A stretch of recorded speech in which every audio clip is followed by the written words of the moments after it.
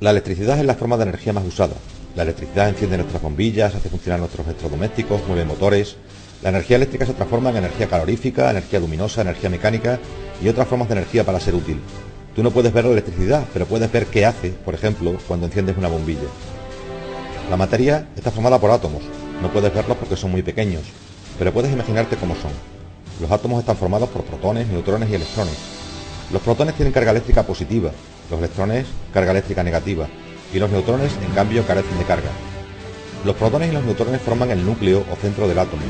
Los electrones giran alrededor del núcleo como si fuesen planetas alrededor del Sol.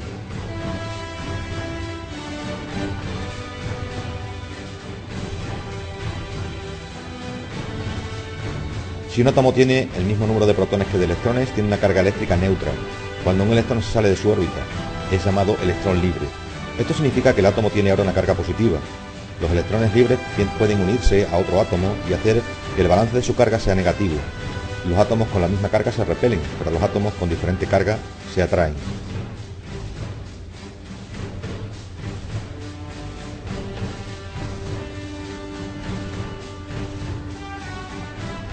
Los electrones libres pueden ser atraídos por átomos donde falta un electrón. Cuando esto ocurre continuamente, estos electrones en movimiento constituyen lo que llamamos corriente eléctrica.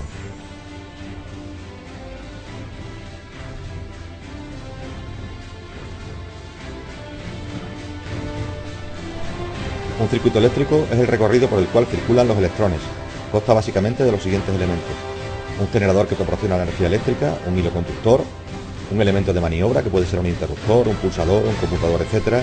y un receptor, bombilla, motor, timbre, etc. Se denomina corriente eléctrica a la circulación de forma continua de los electrones por un circuito.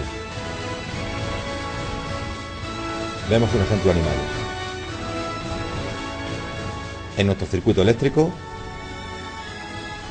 tenemos un generador del cual salen los electrones por su polo negativo y atravesando nuestro receptor, la bombilla, este se enciende.